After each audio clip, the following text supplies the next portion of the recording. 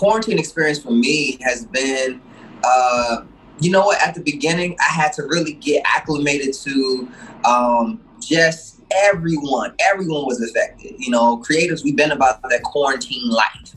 So, you know, now actually experiencing everyone and how it's affecting everyone, you know, that kind of troubled my soul, troubled my spirit a little bit. And so I really wanted to tap in and just to make sure that my family was okay, to make sure that just people that were around me were okay. I'm used to it, but that doesn't mean that just because I'm used to it, it affects them.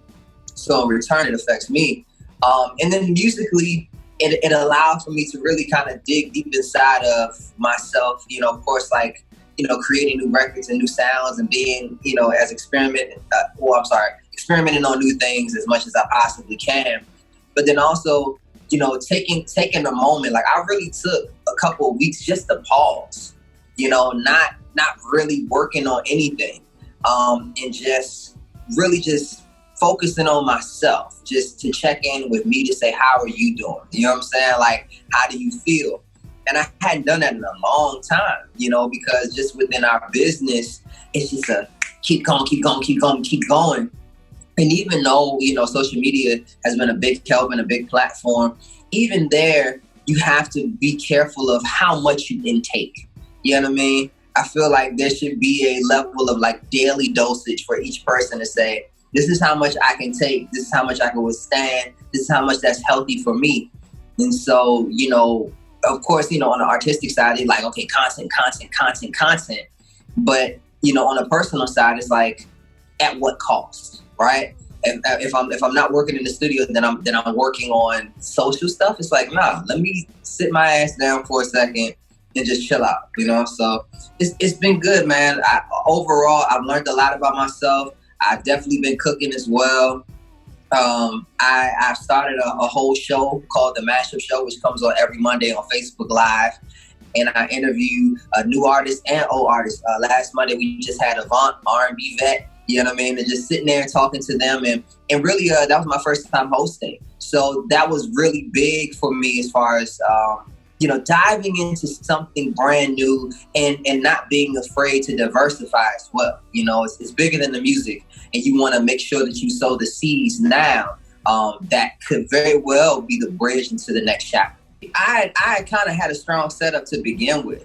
You know what I mean? So I've been using Zoom and I've been using FaceTime for sessions for people, you know, out wherever. So I've always kind of done that no matter where I was. So now pretty much all of the industry, except for in certain pockets, that's all we do now, right? Is, you know, let's do a Zoom session. Let's do X, Y, and Z. Let's, you know, so now I think everyone within industry is more acclimated to how it's being done. You know what I mean? Like, and so I enjoy it, man. I got my mic right here. I got my, you know, my what is this? My iMac, my laptop as far as for production. I got my keyboard. I got my guitars over to the side. I got my lights in the back as far as for the vibe. Make sure you got some good Wi-Fi and have at it. You know what I mean? Like, just trade back and forth. But it's been fun for sure. I mean, diversity is really important, especially right now. You want to make sure that, like, you understand that your brand, as far as it pertains to music, will not last as it, like, in the hot window, in the hot space, in the white light, right? So you have to be prepared to say, when you have that hot space, let me garner as many fans and listeners and ecstatic people as possible. But then also at the same time, you know that everybody that's ecstatic is not going to go with you to the next phase of your career.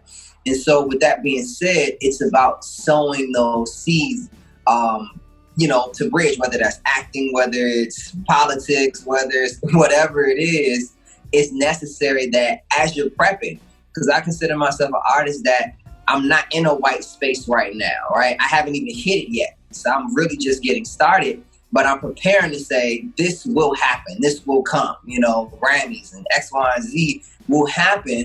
And when it does, then I have sown all of the seeds in my territory so that when I look up to say, okay, you know what? You know, I put out X amount of albums and we got these Grammys and X, Y, and Z, and you know what? Might as well I put my energy into something else, right? You know, and just life in general. Like, transitions. Like people want to start having families and have kids and stuff like that, so taking that into consideration, like there's only so much like time and energy in a day in order for you to accomplish all of those things. It's hard to be a successful artist and a successful father, you know what I mean? Or a successful husband. So when you get to that place, certain things have to sacrifice, or you have that team around you where they understand the level of absolute that you need to have in order to commit to this one thing. But yeah, like really generating and trying to develop multiple streams of income is always the key. You know what I mean? Like, because once you realize what you're worth on an independent level, to say, this is how much I make in music right now, this is what I want to make in music, but let me at least diversify to say, okay, how else can I monetize? Even if it's a fragment, that fragment can turn into something over time if you continue to water it. So